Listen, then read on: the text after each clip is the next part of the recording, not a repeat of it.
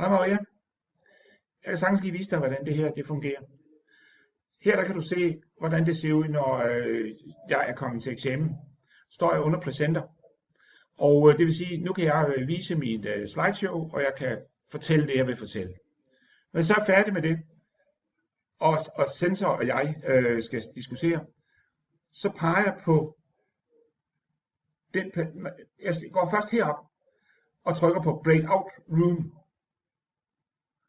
Og så går jeg ned og peger på personen, og så kan du se, at jeg kan flytte mig til Breakout Room 1, og så Start Breakouts. Sådan. Så er personen ude, og så er det kun sensor og mig, der er tilbage.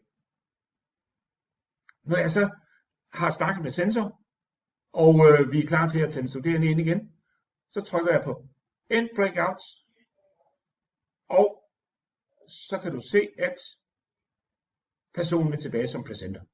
Og så kan vi give tilbagemelding. That's all. Håber det giver mening.